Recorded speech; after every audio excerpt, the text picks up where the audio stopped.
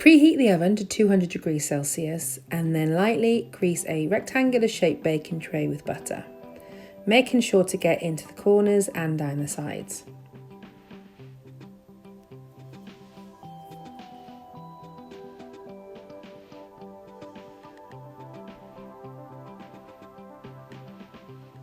Then line with baking paper.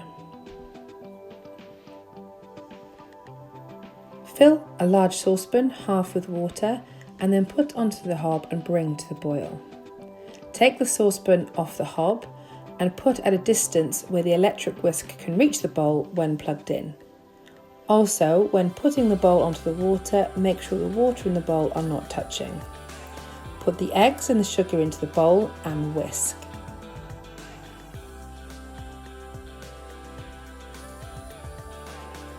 Whisk until it's thick enough to leave a trail. The mixture will go lighter in colour and increase in size because of the amount of air that you're trapping inside the mixture.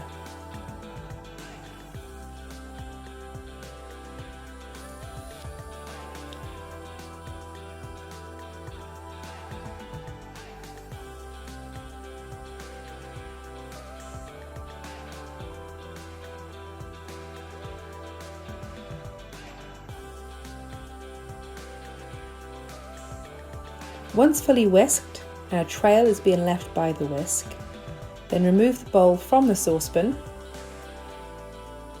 and carefully sift in the flour.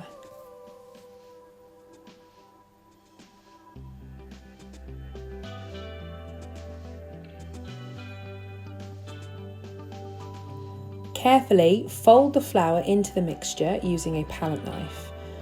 Don't be too rough and don't mix too hard because you will lose all that air that you've just trapped inside the mixture. Once thoroughly mixed, you need to add 1.5 tablespoons of water and mix to combine.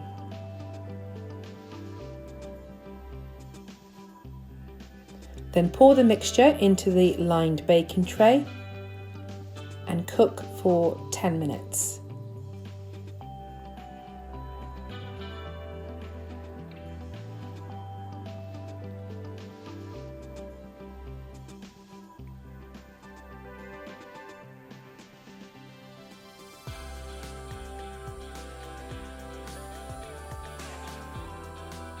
Cook until the cake has turned golden brown and springs back when lightly pressed.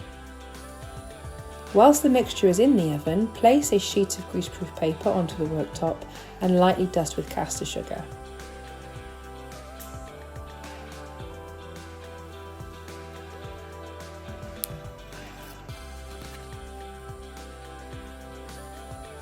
Once the cake has been removed from the oven, loosen the cake from the tray and tip out onto the caster sugar. You can, at this stage, trim the edges and peel back the greaseproof paper.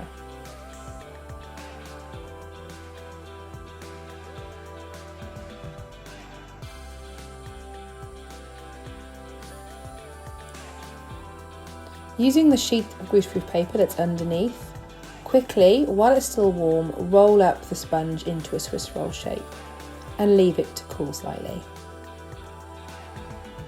Once cool, unroll the cake, spread over the jam and re-roll to finish.